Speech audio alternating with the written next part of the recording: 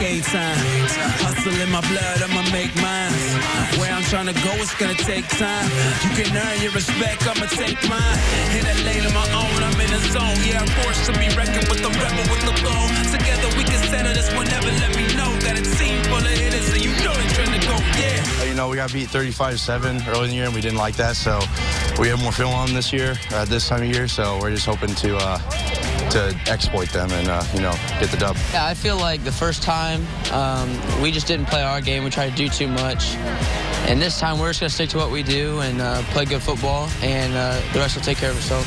For us, it's an opportunity to go show what we can do. You know, being 28, 35-point dogs is fine. I mean, we've lived our lives there for the last 5, 6 years. And when it comes down to it, we know who we are, what we've done to earn this opportunity, and go in and take advantage of what we can. You know, last year they showed us that they were going to play with us, and I think that kind of drove us in the offseason to make sure that we played really well in that first game.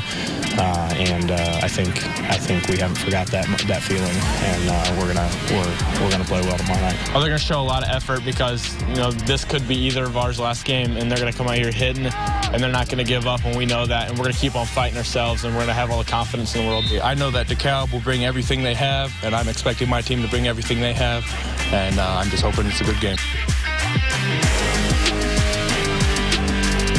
Hey, good evening, everyone. Welcome inside the locker room alongside my partner in crime, Peter Hood.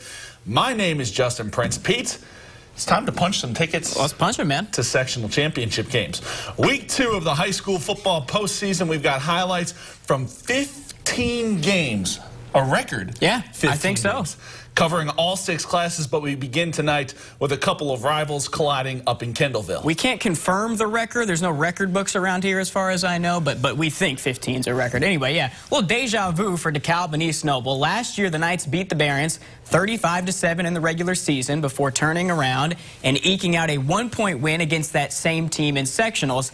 This year, once again, Knights beat the Barons 35-7 in the regular season. So, would we get another close game in the postseason rematch? The short answer to that question is no.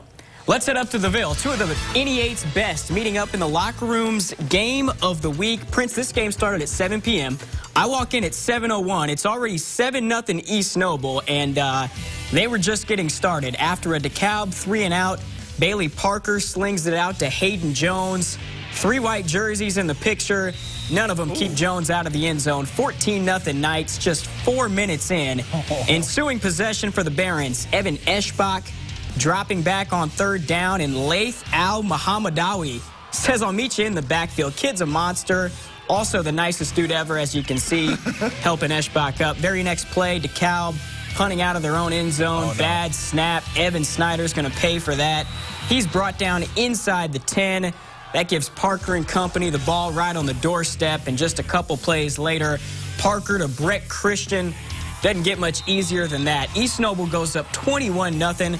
The Knights roll their rival 42-14 the final.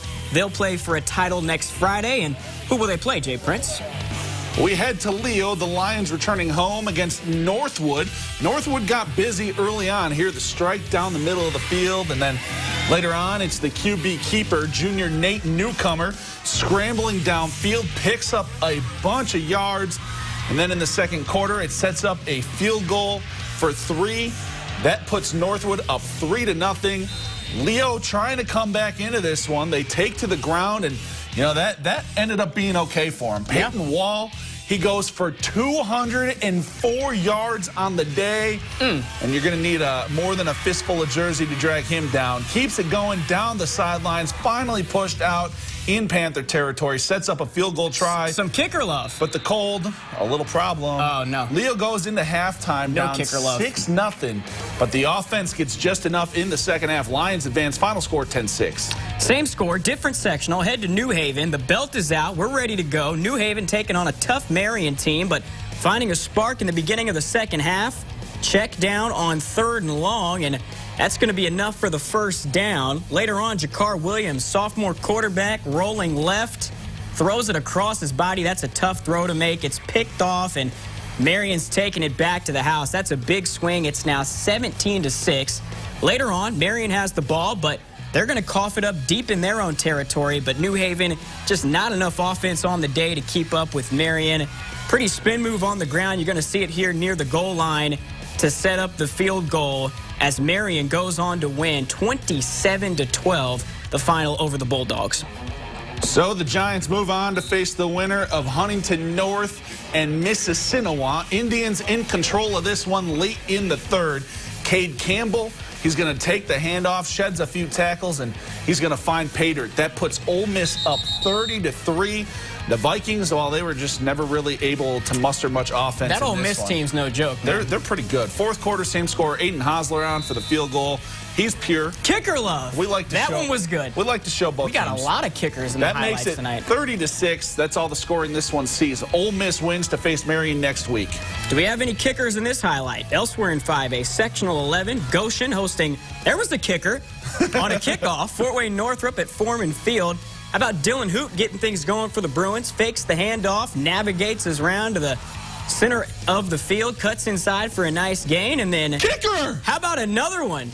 Tarek Bogoric gives Northrop, I apologize if I said that incorrectly, 3-0 lead. This time, we're going to get a touchdown, I think, here. Yeah, that's Quaylen Pettis on the other end of the Hoot pass. Northrop extends their lead to 10. They keep on going as they win 24-6 up at Goshen. Congrats to Coach Dorfler and company. Yeah. Other side of the bracket, Bishop Dwenger paying Northside a visit for the right to take on the Bruins. Saints up just a touchdown at half, but in the third, they started to ramp up things on D. Lucas Crone gets to Deuce Taylor for the sack. 2 straight for them. That forces 4th and 30, and then on the ensuing punt, oh no. What play do you draw up on 4th and 30? That's probably not the one you want. Jalen Harris mishits the ball. Easy block for Dwenger. John Michael Fabini. That's a touchdown. And they go up 14. And then just before the end of the third, Saints back on 0. Brendan Lytle. Pop pass. Jack Tittman. They got a lot of those. Yeah, a few of them. And there's another one coming up right here. A few plays into the fourth. Devin Tittman, the pitch. He's going to find pay dirt. Dwenger goes up 21. Are there more Tippmans or more Garretts at Dwenger? I think more Tippmans. I think it might be. It's close, man. They move on to a date with Northrop next week. Sectional title win, or excuse me, for a sectional title. 35-22 your final. Saints win. All right, on to Class 6A we go. SAC champion Homestead hitting the road to face Noblesville in Sectional 3. Spartans had their hands full tonight. Noblesville up 13-0 until Luke Goody hits Jake Archbold over the middle. He's into the end zone. Spartans are on the board. Later on, Miller's trying to run the ball a little bit before halftime, but Cam Rogers, we've seen this a time or two before. The Miami, Ohio commit strips the ball out. Spartans recover, and they go on to win in double overtime, 24-21. Homestead survives. Wow. Other half of that bracket, a rematch from week 2 at Spooler Stadium between Carroll and Snyder. Panthers won that one by a point off of a blocked extra point, and Snyder, they were hitting the ground running early in this one. Lenny Bennett gashing his way through the Charger defense. That's a 26-yard gain. A few plays later, play action fake. John Barnes Jr. finds Alonzo Derrick in the end zone. That's 6, and the Panthers go up 7. Chargers looking to respond later in the quarter. Jeff Becker finds Eddie Bransfield. Bransfield fumbles it away. Snyder recovers, but they would give it right back. And then, well, Carroll's going to take advantage this time. Becker rolling to his right. Doesn't like what he sees initially. Throws it up for Leighton Mitchell. That's always a good idea. Wide open for 6. That ties the game early. Scoring far from over in this one. Carroll snaps Snyder's 12-game sectional streak with a 42-31 victory. Elsewhere in Class 6A, Warsaw winners in a tight one over Chesterton, 35-28. Shout out. They get a matchup with Penn next week, who won 13-6 over Portage. That'll be interesting. For our first game of the night down in Adams County, we moved to 1A. South Adams taking on Monroe Central. Played each other earlier this year. Starfires got the better of them. First drive of the second half. Monroe Central quarterback Jackson Ullum finding Sam Fiola, and that's a big play. How about 56 yards right into Caleb Saylor's camera. Next play, though, they go to the air again, but this time South Adams' A.J. Dahl there to break it up. So that gives the Starfires the ball back. Awful lot of passing tonight for it being such a cold night, but that's what this South Adams offense does. James Arnold finds Malcolm Armour over the middle.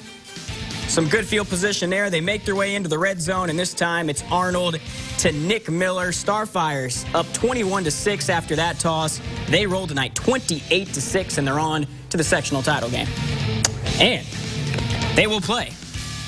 Drum roll. Not much of a drum roll because there it is. Madison Grant 55, Union City 27. So best of luck, Madison Grant. You get the Starfires in next week's sectional championship game.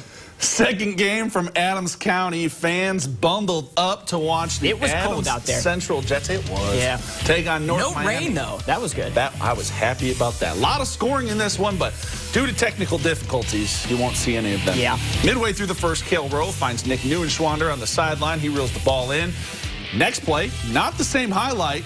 Rowe to Neuenschwander again on the sideline. The ball just slipping past the North Miami defender into Nick's hands, and then a few plays later, the Jets would find their way to the end zone.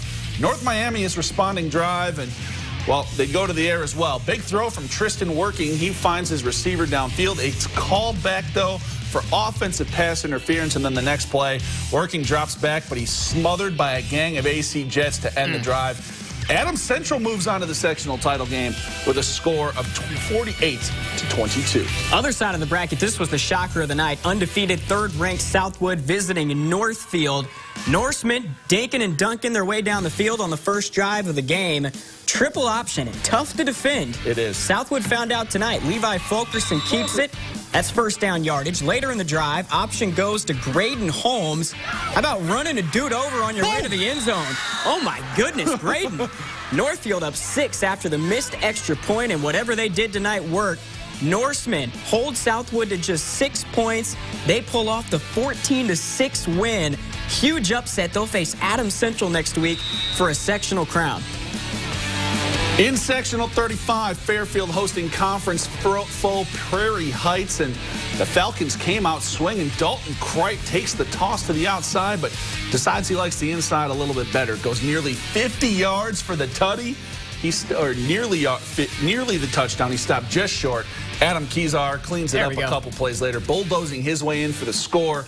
And then next possession for Fairfield, Corey Lance fakes out everybody, including the camera guy. Where are we going? Where's the ball? There it is. And then he goes right down, calls his own number. He gets into the red zone. Falcons would score just a couple of plays later. They roll onto the sectional title with a 35-0 win from 0-10 to 6-5 in a sectional title. Would you have predicted that at the beginning of the season? Nope. So the Falcons move on to play the winner of Eastside and Bishop Luers. Interesting matchup between one of the best in the NECC and a Luers team that has struggled this year. I'll be honest, though, these highlights aren't the most interesting. A field goal, another one. Folks, we get 2 field goals in this highlight. This one's from Carter Drake, makes it 3-0 Knights after that big run from Ramon Anderson. Later in the first half, this is not a replay. How about some more love from the kicker? Drake again kits it over the crossbar, makes it 6-0 Luers just before halftime, but it would be all Blazers from there. Eastside comes back to win 13-6. Your final in Butler, so they'll play for a sectional championship next week. Will the Blazers? We move on to 3A. Concordia Lutheran, the host, taking on Norwell in sectional 27. Just before half, Cadets with the ball. Brandon Davis completes to Jalen Vandenbosch, but he's stuck by Joel Rinkenberger. That forces a 4th down, and Concordia goes for it. Davis flush from the pocket. Oh, no. That's not good. He fumbles. Cale Gray falls on it. Norwell takes over, but Norwell defense, stingy. The Knights give it right back. Little flea flicker. Hey. Eli Riley, though, picked off by Vandenbosch. Short return. Cadets take over with some time left before half, and they take advantage. Davis looking deep Vandenbosch's way. That takes Concordia down inside the 10-yard line. Beautiful play. And then very next play, Cadets whip out a little reverse. Cam Johnson. All kinds of trickery. Takes it in from 9 out. Concordia up a tutty at half. They hang on to win 17-14. Hey, let's head over to Ligonier. First off, okay, we got a score from Peru. All right, I'll see myself out. Topping Heritage 37-7. All right, let's head over to Ligonier now, right? Yes. Let's do it. All right, showdown in Class 3A. Unbeaten and 7th-ranked West Noble hosting number 4 Mishawaka Marion. Knights led 21-14 at the half. Chargers got the ball first coming out of the locker room, but they go 3 and out. Forced a punt, and that's bad news because Marion's special teams were money all night long. This is Greg Atkinson on the long return, brought down inside the 20. He had a touchdown on a punt earlier in the game. Couple plays later, I don't know where that camera was going, but Malcolm Anderson's going to the end zone, and just like that, Knights have a 2-touchdown lead, and they were not finished. A few minutes later, after a Charger fumble, quarterback makes his way into the end zone. Marion takes a 3-touchdown lead. They roll to the 42-20 win, so West Noble's season ends with a loss, but congrats to them on a great season. Meanwhile, Tit Valley, their season also ends with a loss, 27-6, the final score tonight against the Jimtown Jimmies. And you know what that means? It is our time for our play of the nights. And it takes us back to where we started. East Noble scored early and often in their big win over DeKalb. This effort from Hayden Jones stretches across the goal line, gave his team an early 14-0 lead just 4 minutes into the game. Knights cruise 42-14 over their rivals.